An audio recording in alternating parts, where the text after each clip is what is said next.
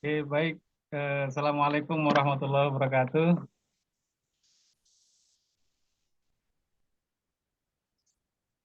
Halo. Bentar. Waalaikumsalam. Bentar. Ini, hah? Keluar lagi. Asem. Terus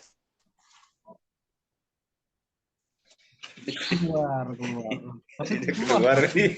Sebentar ada gangguan sinyal. Sebentar Pak Jo. Sembakonya lagi Keluar sekarang ini. datang ini.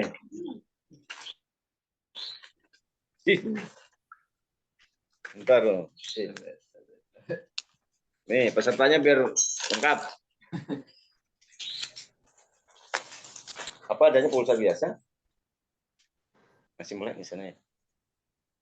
Pak Saiful Rahman bisa minta tolong di recording sekali, Paman. Setiap saya record dia keluar. Ini laptop Oh iya. jadul.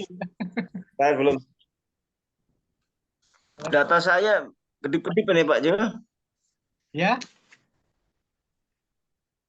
Data saya habis ini enggak dapat kuota tadi.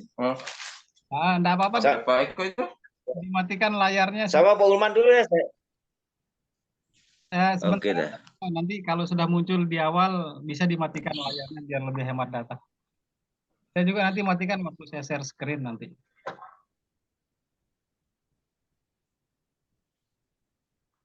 Ini jadi host Ini layarnya. berat Mati layarnya. sekali.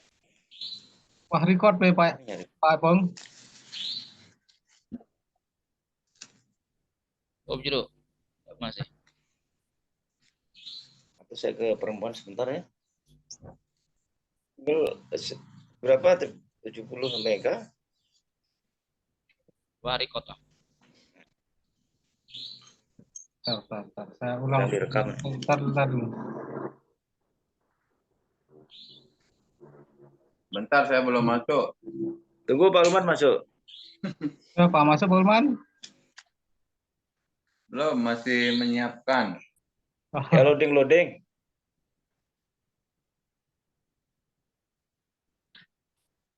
Oke, sudah masuk. Oke. Nah, sebentar aja. Oke. Recording in progress. Oke, baik. Assalamualaikum warahmatullahi wabarakatuh. Waalaikumsalam. Mohon maaf ini malam-malam mengganggu waktu teman-teman ini yang ada yang lagi rapot ini, teman yang lagi magang juga di Mataram ini. Ini kebetulan ada dua teman lagi magang nih, Pak Eko dengan Pak Hulman ini lagi magang industri di Mataram ini. Kegiatan Siap Pak Jo. kegiatan SMKPK. Terima Siap Pak Jo. kasih atas waktunya, puji syukur kehadirat Allah SWT yang telah memberikan kita kesehatan, hidayah sehingga pada malam hari ini bisa bertemu lewat Zoom meeting ini, lewat Tikon. Kita tidak lupa salawat serta salam atas junjungan kita Nabi besar Muhammad Sallallahu Alaihi Wasallam sehingga pada malam hari ini kita masih bisa merasakan keselamatan. Baik Bapak Ibu yang saya hormati, jadi pada kesempatan ini ada sedikit tugas untuk melakukan aksi nyata terkait dengan budaya positif di sekolah. Budaya positif di sekolah. Nah, kalau di ini kegiatan guru penggerak ini ya, nah, mungkin harapannya nanti teman-teman bisa ikut gabung nanti di guru penggerak ini biar bisa bergerak dan menggerakkan nanti ini. Siap. Ini terutama, tapi ini Ikut bergerak. kita ini walaupun Pak Eko walaupun belum ikut guru penggerak tapi sudah banyak menggerakkan nih dari udah 20 tahunan kayaknya ini menggerakkan teman-teman di SMK ini. Pak Eko Sudah bergerak, Pak. sudah bergerak. Sudah bergerak. Ya, ini kasus saya angkat terkait dengan budaya positif di sekolah kita di SMK 3, anak terlambat ini. Ya, karena dari kemarin saya lihat data anak terlambat itu dia grafiknya tidak selalu stabil turun, tapi dia naik turun. Dan mungkin ada masalah terkait dengan penanganan siswa. Saya coba share screen tapi izin tutup kamera ya, karena ini kalau ditampilkan share screen sambil menampilkan kamera, mengaktifkan kamera, biasanya dia keluar otomatis ini. Sebentar ya.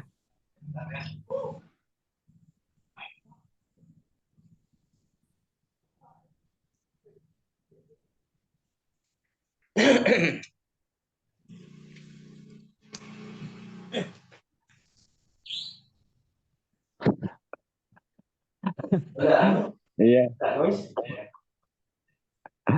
dengar suara aja.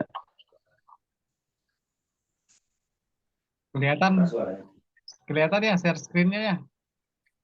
Kelihatan. Iya, Baik, di sini tua nggak kelihatan. Cuma layarnya kecil. layarnya kecil. Jadi harus pakai kacamata ya Pak Eko. Harus pakai teropong ini ya. Hah? Harus pakai teropong.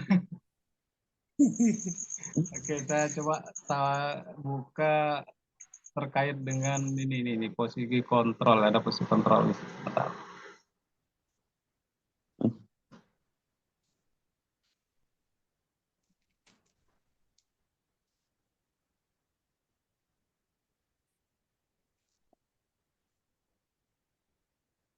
Jelas sudah.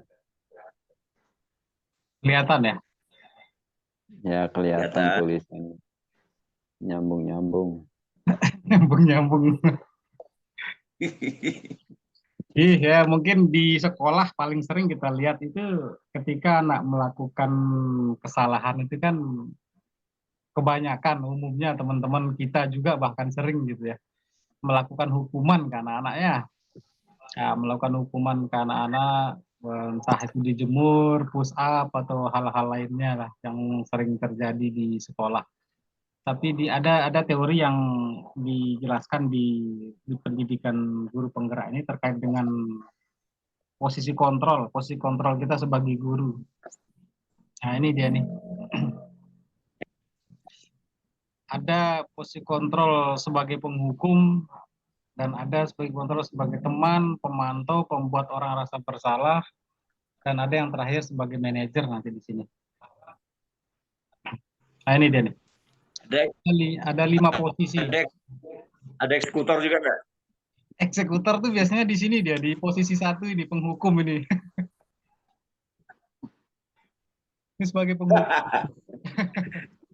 Guru BP.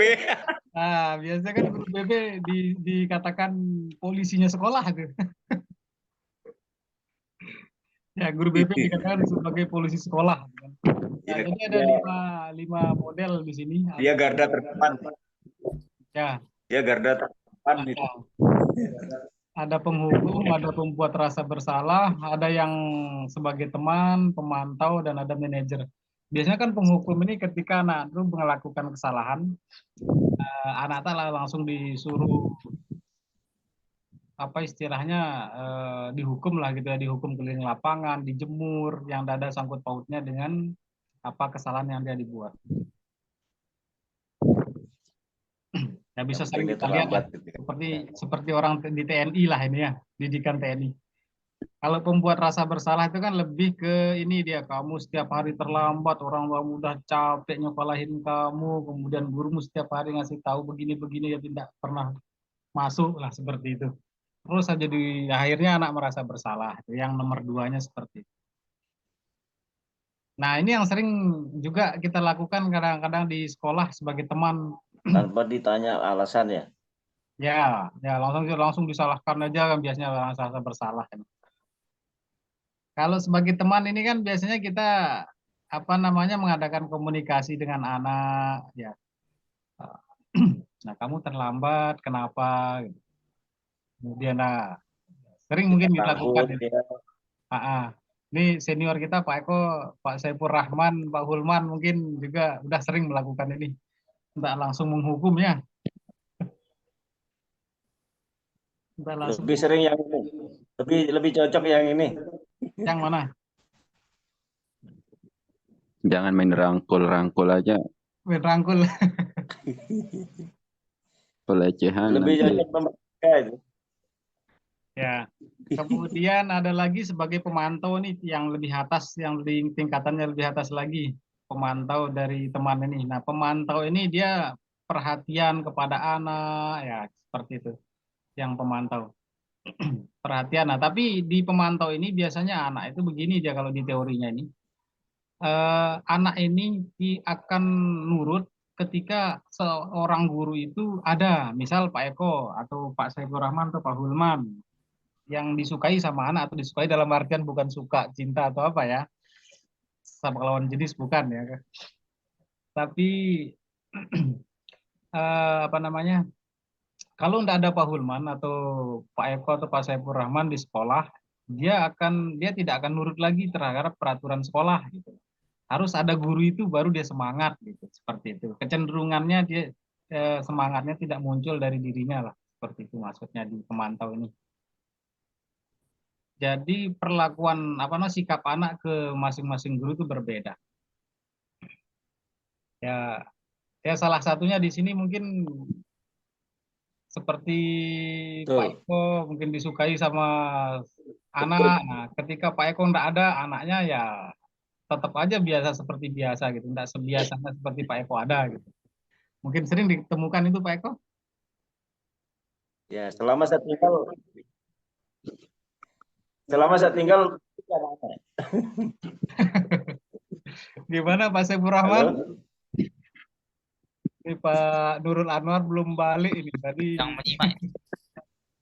Gimana Pak Saiful? Masih sedang menyimak nih. Sedang lanjutkan menyimak. dulu. Silakan lanjutkan, sedang menyimak. Ya, kemudian yang lanjut kita Pak Jo, lanjut ya. Ini yang posisi manajer nih, posisi yang paling atas ini. Intinya setiap perlakuan yang 5 ini ada titik di mana ada kelemahannya. Tetapi yang diharapkan itu di posisi manajer. Nah, posisi manajer ini lebih menekankan ke anak seperti kenapa terlambat. Misalkan ini kan yang saya angkat ini kan terkait dengan anak terlambat sekolah ya. Biasa diajukan dengan kan pertanyaan kenapa terlambat. Terlambat itu hal wajar. Pak Guru misalkan kita juga kan kadang-kadang terlambat karena ada alasan. Gitu. Kemudian apa yang kamu yakini terkait dengan kenapa harus ada tidak boleh terlambat, misalkan dalam artian itu ada tata tertib lah itu ya. Apakah menurut dia tata tertib itu benar? Kalau dia terlambat, biasa terlambat itu apa efeknya ke dia gitu. Lebih ke ini ya, lebih ke menyadarkan anak tentang terkait dengan apa yang dia yakini. Ya terkait misalkan sholat lah. Misalkan terkait dengan agama atau kepercayaan dia terhadap agamanya misalkan. Ya kalau dia meninggalkan kewajiban, yaitu ditanya lagi dia apa yang dia yakini. Intinya motivasi yang diharapkan itu muncul dari anak, bukan motivasi dari luar atau motivasi karena ada guru ini yang menghukum dia atau guru ini yang menjadi sahabatnya gitu. Ya sama seperti kita kalau sudah jadi didikan dari rumah mau dilepas di mana saja kan nilai itu yang kita bawa. Sehingga kuat fondasi kita sehingga tidak rusak tidak salah pergaulan lah bahasa kita ya biasanya ya. Dimanapun kita tempat tinggal kita, mau berteman sama siapa, tapi kalau sudah fondasi dari rumah nilai yang kita pegang, nah seperti itu yang ingin ditanamkan di sekolah seperti itu juga ke anak-anak. Jadi dia punya fondasi nilai yang dia pegang. Itu sih kalau terkait ini hal manajer ini.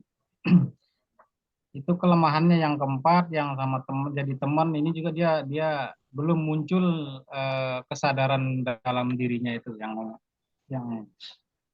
kalau perlakuannya seperti di nomor 4, 3, dan apabila kalau 2 ini biasanya dendam anak-anak.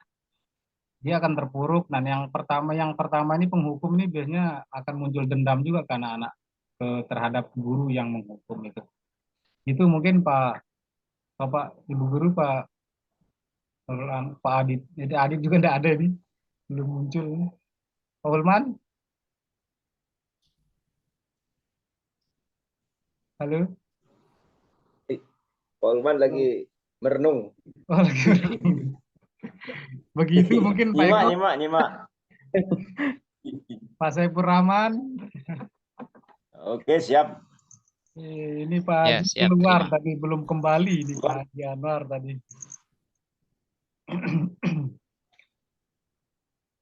Ya, main futsal. Iya, guru olahraga. Ya, ini sebenarnya udah saya Ya, guru praktekkan olahraga di itu. sekolah nih. Sudah saya praktekkan di sekolah, ada videonya. Cuman kalau saya Ya, puter, ya.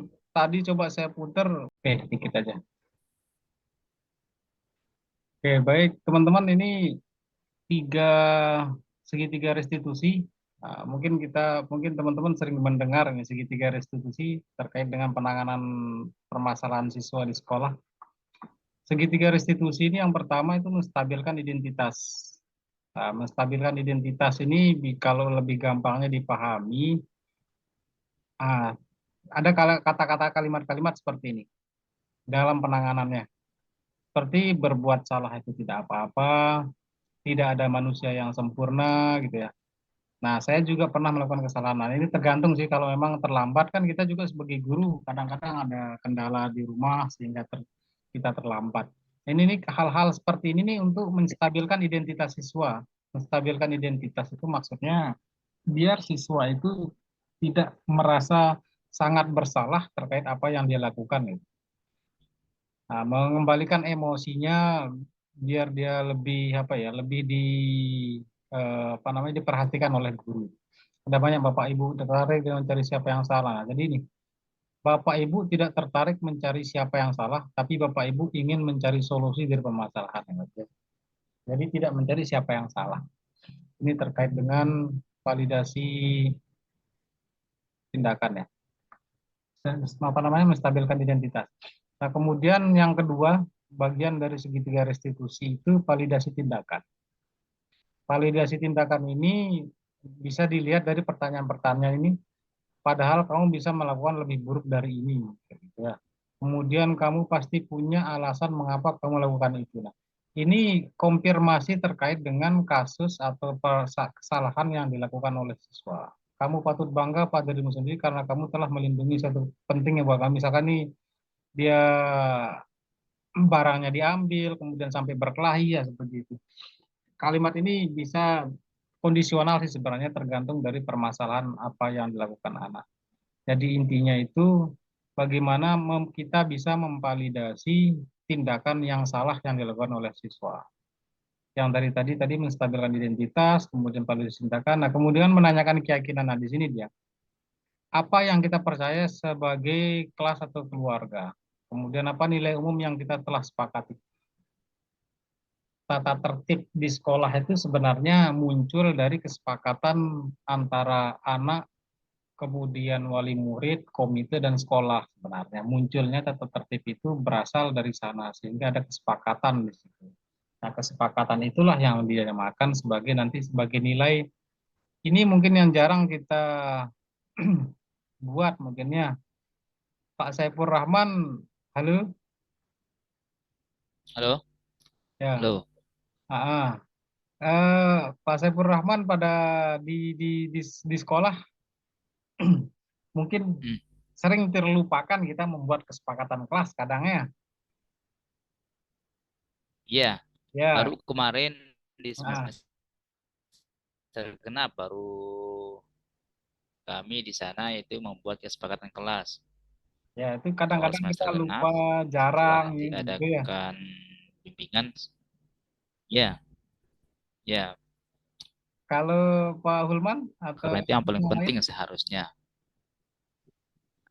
Eh, mengenai kesepakatan kelas ini sebenarnya saya teringat dulu waktu kita di sekolah masih jadi murid, ya, tanpa kita sadar baru baru baru sekarang kita mengerti bahwa oh itu ternyata kesepakatan kelas kan.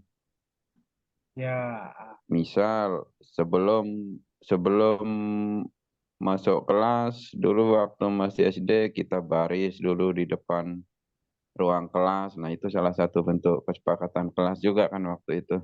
Betul, betul. Tapi kita belum paham. Nah, sekarang ini bahwa kita paham bahwa itu memang bentuk kesepakatan kelas.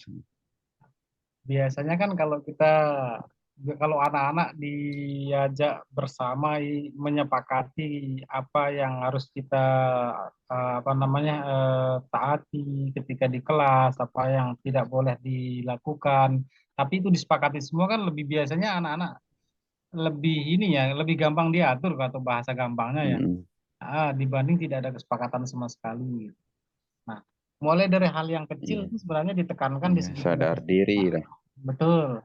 Di segitiga Iya. restitusi ini sebenarnya yang ditekankan mulai dari hal yang kecil itu memang harus ada Mm-mm. kesepakatan antara siswa dengan guru, antara semua siswa dengan sekolah sehingga muncul tata tertib sekolah. Jadi tidak ada aturan sepihak lah seperti itu. Itu sih yang Mm. ditekankan di sini sehingga nanti ketika kita Iya. memilih posisi kontrol tadi tidak sebagai penghukum tetapi sebagai manajer yang dimana nilai kesepakatan itu yang ditanyakan seperti itu.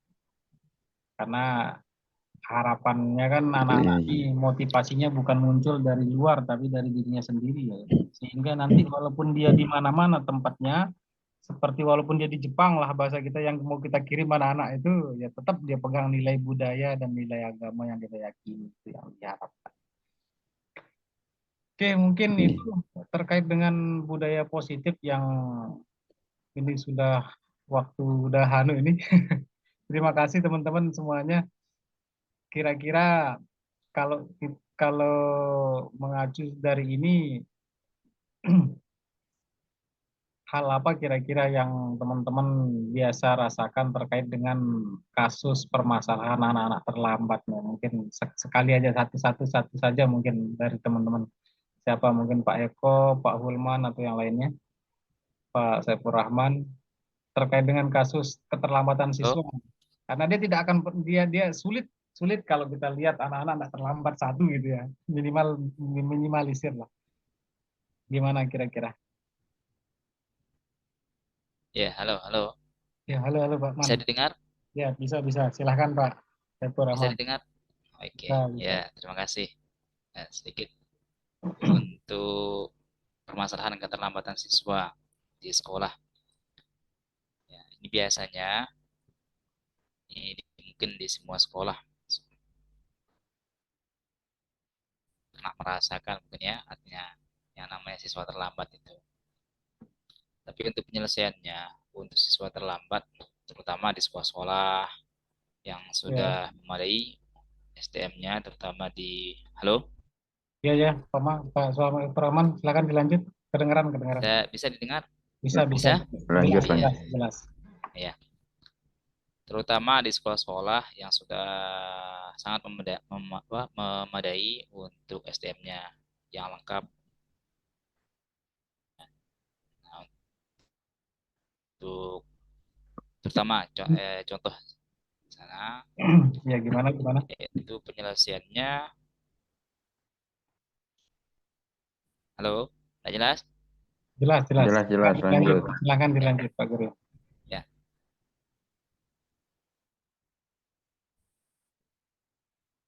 Biasanya gimana Pak Saiful Rahman? oh, saya sering menemukan itu Iya, ya iya. biasanya itu diserahkan yang pertama ya diserahkan langsung ke guru BP Guru guru BP BP ya. yang menyelesaikan sampai dengan ada kesepakatan antara siswa dengan guru BP baru bisa dimasukkan ke kelas Oh, dan dimasukkan kelas. yang bersangkutan pun tidak boleh masuk kelas asal ketentuan guru BP yang antar dia ke kelas dengan membawa catatan artinya catatan dari Hmm, BP. Nah itu yang kita pegang terutama saya pribadi di sana data itu yang saya pegang masukkan di data harian. Nah, contoh si A terlambat di tanggal ini. Nah, iya, iya. sampai berapa kali ya ya siswa misalkan saya siswa yang terlambat itu, nah baru kita dengan kesepakatan di sana.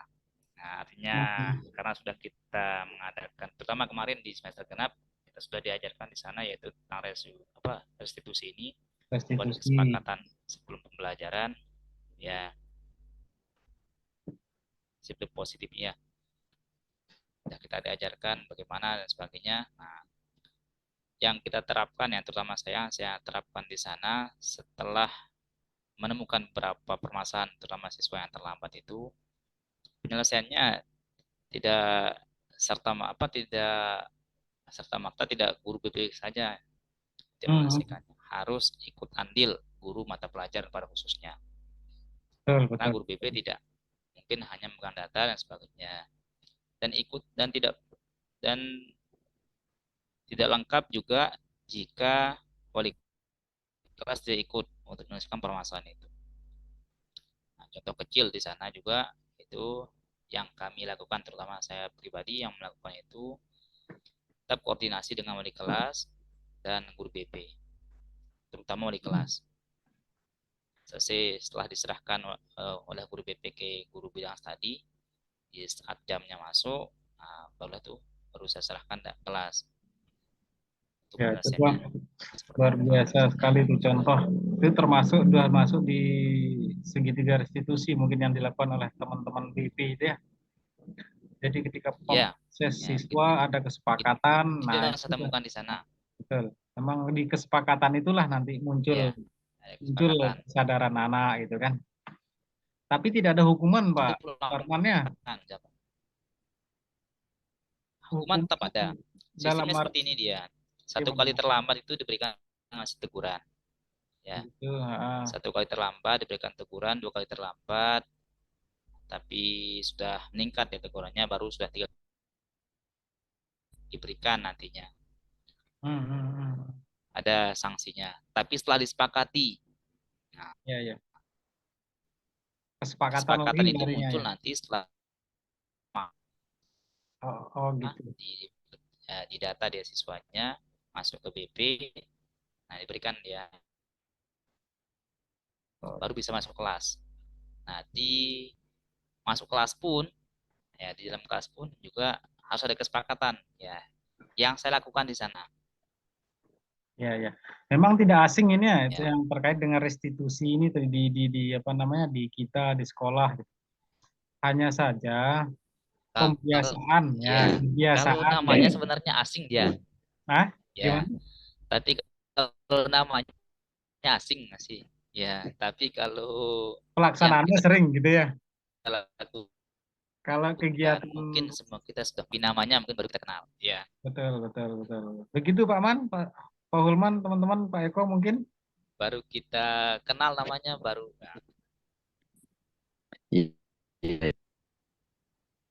Pak Hulman selaku kepala bengkel merangkap sebagai kepala jurusan. Aduh. Jadi selain dia menjadi wakasarpras kalau di sekolah itu juga menjadi waka kesiswaan, waka humas, waka apalagi waka kurikulum di TBSM. Kalau permasalahan siswa, beliau juga ikut terjun ini, Pak Hulman.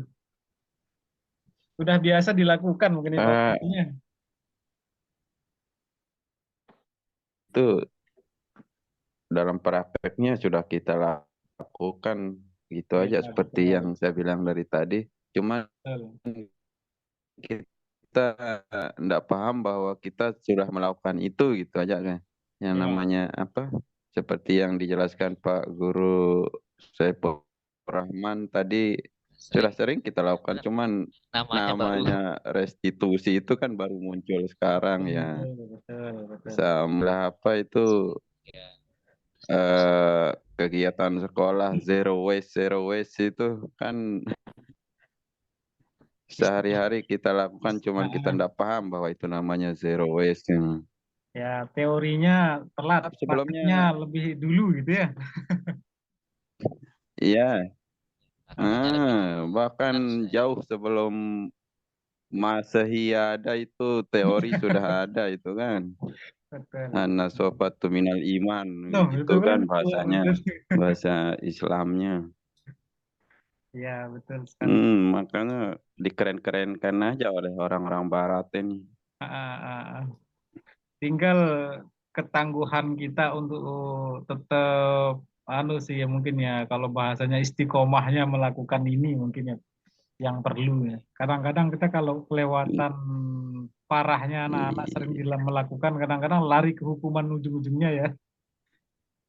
Langsung dihukum gitu. Tapi ya, tak pernah saya lihat Pak Hulman menghukum anak kayaknya. Selama Ya makanya belum pernah sih, cuman cukup dilototin aja, insya Allah lunak anak-anak itu. mereka paham bahasa bahasa badan gitu ya. Belum kita keluar Bahasa bahasa, tapi udah mereka paham kalau mereka salah dari dilihat tubuh aja ya, gitu. Nah, ya kata ada sebenarnya mengacu ke agama semua ini. Ada sebenarnya, tapi betul. Referensinya ke sana ya semuanya rata-rata ini.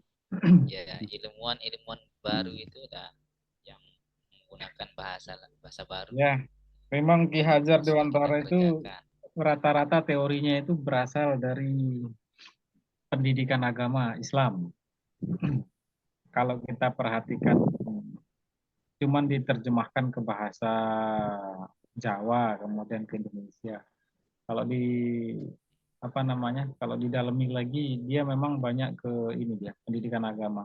Dari segi pengukuran usia dan lain-lain itu. Kalau dibandingkan dengan teori-teori barat itu berbeda. Mungkin itu sih, teman-teman. Terima kasih banyak.